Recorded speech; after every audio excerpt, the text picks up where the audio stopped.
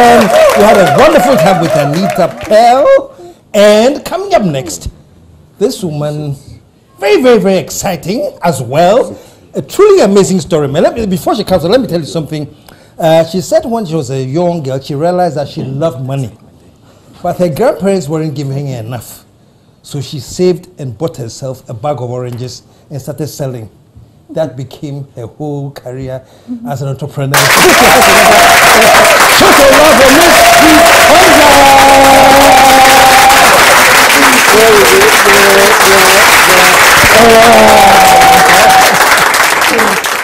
Peace! Welcome to the show. Thank you. You have a great story. Oh. You're a little kid. And you realize you love money? Yes. I mean, I've loved money since I was a child. But you weren't getting enough? No, because my grandparents were poor and they didn't have much to offer me, even for themselves. So I had to hustle my way through. Wow. So the money wasn't flowing enough. I have to make my own money. I have to so make you my bought a own bag money. of oranges? Yes, when I was 9 years old. I remember very well. Wow. I went to the market. We were living in an uncompleted building. I went to the market. I saved some money. I remember it was 7 cedis at that time. And he bought a whole bag of orange. I bought kerosene in addition. And when I came home, my grandparents were so furious. I told them, no, I'll do it after school. I promised to go to school. I was a bright kid. So they loved me very much. Okay. So, after so they thought that you bought the things because you want to now just going to sell and then going to sell. Okay. I said, no. After school, I'll go to school. Yeah, I'll go and sell my oranges and kerosene. And that time, kerosene was hot cake. Back in the 90s, we didn't have gas around. We were all using coal pot and all that. So what led you to pick those two items, oranges and kerosene? Oranges were selling because they are fruits everyone loves. And I realized that most people roam with oranges, and then at the end of the day, when they come back, their pants are empty. That's when I realized that people buy oranges. Yes, and I decided to just sell those two. Kerosene was also hot cake. Oranges was also. I carried the orange on my head, and then hold the kerosene, and then be roaming about the town. Wow. It was a small town, yes. And how successful people really? Yeah, at the end of the day, everything gets finished. The next day, I'll go, and then that is how my business started. Wow. You can always tell a true entrepreneur when they are kids. So look at this, 9 years old. 9 years old. Carrying oranges and then your kerosene. Yes. But then my dad came in when I completed class 6. That was about 11 years, and he told me to stop. He came in, where was he? You said you were staying with your grandparents. I was staying with my grandparents. He was in university by then. Okay. He was just finishing medical school. Okay. And he had me at a very tender, a very young age. He was a teenager by then. When he had you? Yes, when he had me. Yes. Okay. So I was living with my grandparents. When he finished medical school, he said no, his daughter is not going to sell oranges and kerosene. So I should put a stop to it once and for all. And then, of course, my father talks, I listen. And then I stopped, went to JHS, so university. Where did you go to school? I went to Datus. Datus, okay. That's why I went to my JHS. Okay. But then from primary school, I was in one of the Saito schools because we didn't have money then. But then when my dad became the medical doctor, he started sponsoring for my education. And then I was able to go to Datus. I completed. I went to Yasantua Girls. Okay. And then I went to Central University to read pharmacy. Wow. Yes. Wow. Wow. Wow. So when your father insisted that you're not going to be doing the oranges and... No. Yes. So how much oranges and kerosene did you sell? How long were you in that business? Oh, well, from class 4 to class 6. Really? Yes. So it was quite a long time. Yes. And what were you doing with the money that we were making then? Oh, most of them went to my grandparents. Oh, you're working for them? Yes, to support the home because we didn't have much. Yes, and I can't keep the money as a child. So at the end of the day, when I come back, they take the money. They are happy, but they are not happy. So how are you balancing? Because you didn't quit school, so you go to school and then come and sell after? I go to school, at 2, and then I'll sell and then come back home, study for some time, then go to the market at 3. And then come back at 6. So all this time your father was in school? Was in school, yes. And he didn't know about it. He didn't know about it? Until he completed. He didn't know he didn't know what you were doing? No, no one told him because everyone knew he would be against it. So he didn't know. It was a secret until he came to the house and realized that this is what his daughter is doing, and he had to put a stop to it. Wow. For me to continue school. So your dad is a doctor? Yes. And I hear he's very rich now.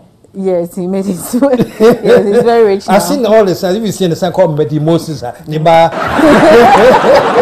I don't enjoy his money. But you made your own money. Yes, I make my own money. I'm proud to make my own money. Fantastic. Yes. Fantastic. And the entrepreneurship began again when I went to university. During our long-term vacations, I would take a trip outside, go and do this summer vacation job, gather some small money. Where did you go, UK or US? US. Okay. In my third and fourth year, I went to US and to work for some time and gather money, buy things from US and come and sell. And whenever you buy things from there and come and sell, it really moves in Ghana. I used to buy waist trainers, laptops, anything I can get my hand on and then come and sell in Ghana. And it was fantastic. Did you work when you were there? Yes, I used to work. I worked at McDonald's, I worked at Arby's.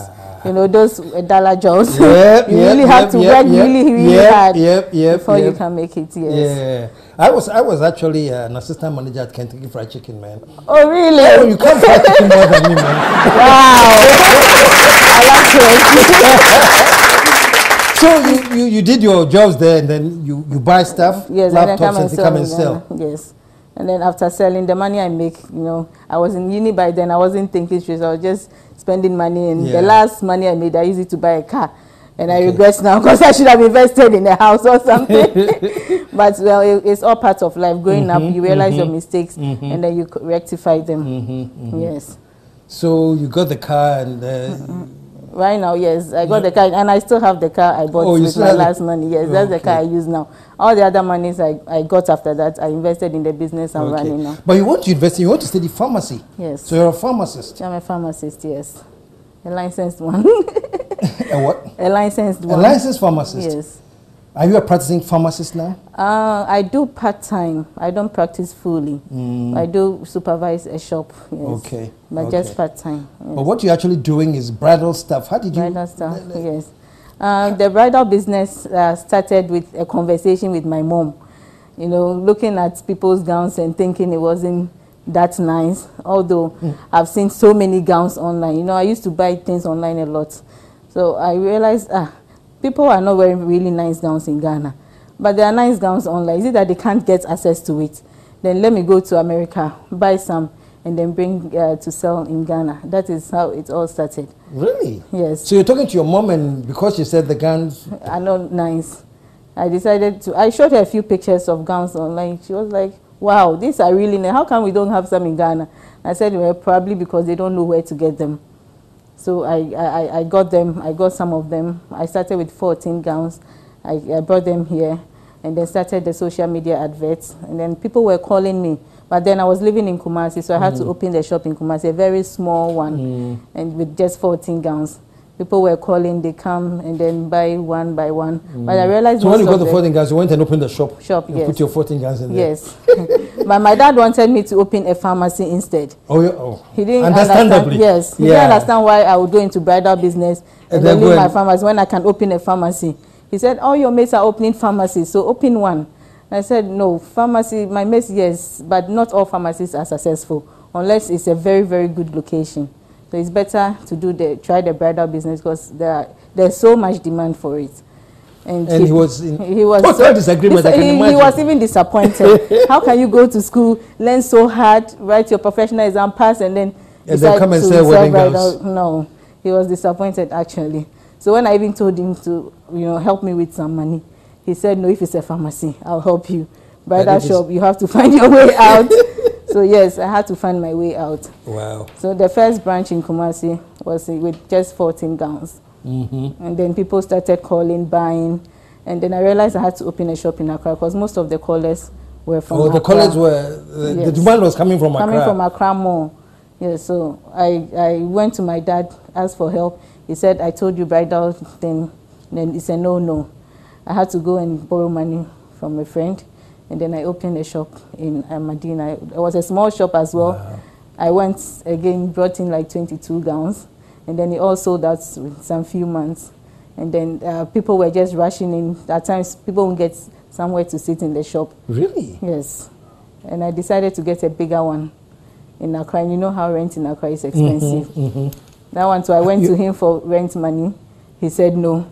I had to borrow again. So if you want the pharmacy there, you are cool. Yes, he will agree, but for bridal, no.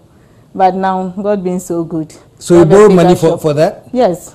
Really? A bigger shop. And I paid off in 6 months. Yes. And now we have a big shop, over 100 gowns. We sell rings, shoes, everything bridal wear, everything bridal. It's available. Show some love. So it's everything. Shoes, rings, suits, everything. But you started with 14 gowns. 14 gowns, yes. And now we have over 100 different designs, different styles in stock. Wow. Yes. Has your father visited your shop? He was actually amazed. Oh, he was? Yes, he was amazed. And he has realized now that I don't need his money. Yes. Wow. So that is it. Wedding is a big business then, right? Yes, I think every week there are so many weddings every week in Ghana. And you know the Christian population, so almost everyone does wedding. Everybody wants to do a wedding. Ghana. Yes. So when are your busiest times? Or you fairly busy all the way throughout? Not very busy during the week, mostly on weekends. Well, weekends. Fridays, Saturdays, and then the following Monday. Those are the busy days. Mostly people go to town and look for gowns, but they are very expensive there. But when you come to our place, we have very affordable ones. So they go to town searching, they don't get it, and then they come to our place and they get very affordable ones to buy. Yeah. Yes. And what's the name? Peace Bridal? Bridal, yes. It's on the Spintex Road in the Kakalika Plaza. It's a very big building there. Yes, it's a very nice place. So now that your bridal thing has succeeded, you said, but you also do your pharmacy? Yes, I do the pharmacy part-time. Part-time. And, hustling pharmacy, work and family. The bridal shop and family is not easy. Yeah, yes. yeah. Let's talk about family. Yeah. I see you are... I'm pregnant, yes. I wasn't going to say pregnant. I was going to say fully loaded. And there's a gentleman in the audience that he looks like a fine young husband. That's your husband. Praise the Lord, man. So this is your first, or this is? This is my second. This is your second. Yes. Oh, okay. I have a toddler son. You have a toddler. Yes. Oh, fantastic, fantastic. Where did you meet him? My husband, Central University. Oh, really? Yes. He's even more of a businessman than I am. Yeah. Yeah, he did banking and finance, but then we had so many things in common, so we clicked easily. What are the things you had in common? Business ideas. He has so many business ideas coupled with mine. We know we can make it big, very big in future. Fantastic, fantastic. Because you were 9 and you realized that there was not enough money floating around. Yes. How old was he when he got his idea? Did he tell you? As for him, he started when he was, I think, 6 years. He started